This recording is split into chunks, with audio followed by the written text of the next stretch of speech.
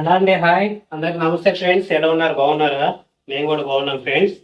Friends ఇది చూడండి, ఇప్పుడు నేను చేస్తున్న పని ఏంటంటే పూజ రూమ్ అండి. పూజ రూమ్కి టైల్స్ ఏమన్నారు ఒకసారి ఇక్కడ చూడండి. ఆల్రెడీ మొత్తం టోటల్గా అయితే లపం పెట్టేశారు. దీని మీద ఇప్పుడు పట్టుకోదు ఆగదండి, ఇంకెట్లా పెట్టేశారు కదా పెయింట్ వేయించుకోవాలంటే లేదు, కంపల్సరీగా మాకు కొంచెం టైల్స్ కావాలని చెప్పి ఓనర్స్ అయితే అడుగుతున్నారు. దీని మీద ఇప్పుడు మనం ఏం చేస్తామంటే మిషన్ తోటి మొత్తం రఫ్ కొట్టేయాలి. రఫ్ కొట్టాలి అంటే ఇది మొత్తం డస్ట్ కదా, ఇట్లా కొంచెం వాటర్తో తడుపుకొని మిషన్తో కొడితే డస్ట్ అనేది కొంచెం తక్కువ వస్తుంది, ముక్కులో కొంచెం తక్కువ వెళ్తుంది. మనం ఎంత క్లాత్ కట్టుకున్నా ఏం చేసినా కానీ ఈ డస్ట్ అనేది ముక్కులోకి వెళ్ళిపోయిందంటే బాగా ఇబ్బంది అయితే అయిపోతుంది. ఫస్ట్ ఇట్లా వాటర్తోని మొత్తం మనం ఎక్కడెక్కడ టైల్స్ చేయాలో ఒకసారి అయితే మొత్తం తడుపుకుందాం. ఎవరైనా ఫ్రెండ్స్ కొత్తగా ఇల్లు కట్టుకునే వాళ్ళు ఎవరైనా సరే ఇట్లా లప్ప మీద మాత్రం టైల్స్ తీయించుకోవాలి. ఇదేనా నేను గ్యారంటీ అనేది ఏం చెప్పట్లేదు, ఉంటాయి లైఫ్ టైం ఎక్కువ అని. ఇట్లా రఫ్గా ఉన్న గోడ మీద అయితే టైల్స్, ఈ పెయింట్ మీద అయితే టైల్స్ లైఫ్ టైం అయితే చాలా తక్కువ ఉంటుంది.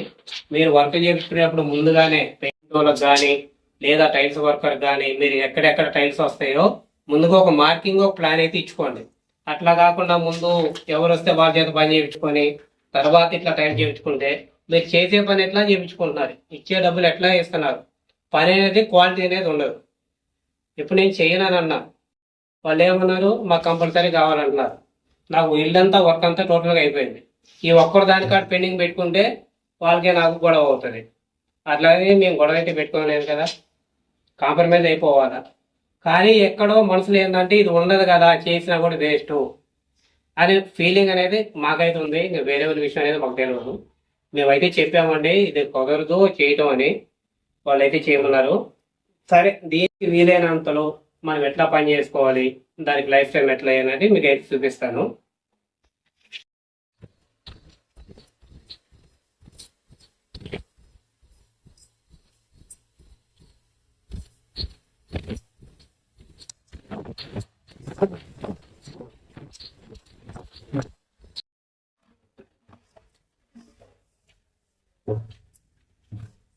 మొత్తం ఇట్లా టోటల్గా మొత్తం అట్లా సిమెంట్ పెట్టేసాను.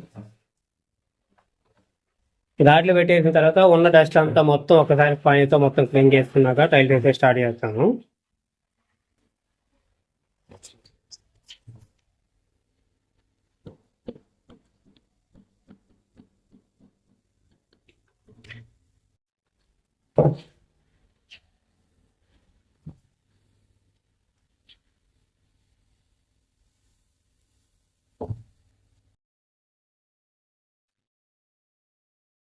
మనం టైల్ పెట్టినప్పుడు పైన ఎడ్జెస్ లో గ్యాప్లు ఉంటాయి కదా, మొత్తం ప్యాక్ అయిపోతుంది. తర్వాత మరుసటి రోజు ఎక్కడ చూసిన టైల్ అనేది లూజ్ సౌండ్ అనేది రాదు.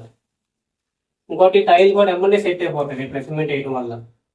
కొంతమంది ఏం చేస్తారంటే టైల్కి వచ్చేసి మనం కడాయి పెట్టేస్తాం కదా, దాని మీద సిమెంట్ కలుపుతారు. దానివల్ల ఏంటంటే సిమెంట్ గట్టి పడిపోయి టైల్ అనేది గట్టిగా పడుకోదు. ఫస్ట్ మనం వేసేటప్పుడు టైల్ మీద కడాయి పెట్టినప్పుడు దాని మీద సిమెంట్ వేయదు, డైరెక్ట్ పెట్టేసి దాని మీదకి వెళ్ళి సిమెంట్ అయితే వేసేయండి, ఫిక్స్ అయిపోతుంది. ఈ పెయింట్ గోడలతో వచ్చే మెయిన్ ప్రాబ్లం ఏంటంటే ఇందులోకి వెళ్ళి వాటర్ లీక్ అవుతా ఉంటాయి. లీక్ అవడం వల్ల టైల్స్ కిందకి సాగిపోతా ఉంటాయి, ఇట్లా బయటకు వచ్చేస్తూ ఉంటాయి. ఇట్లా పొడి సిమెంట్ ఏదైతే ఉంటే ఫిక్స్ అయిపోతుంది. చూడండి కింద కరెక్ట్గా బీట్ చేసే మళ్ళీ బయటకు వస్తూ ఉంటాయి, తడతా ఉంటే వాటర్ వస్తూ ఉన్నాయి. ఇట్లా సిమెంట్ వేయడం వల్ల ఏంటంటే తొందరగా సెట్ అయిపోతుంది, పని కూడా తొందరగా అయిపోతుంది.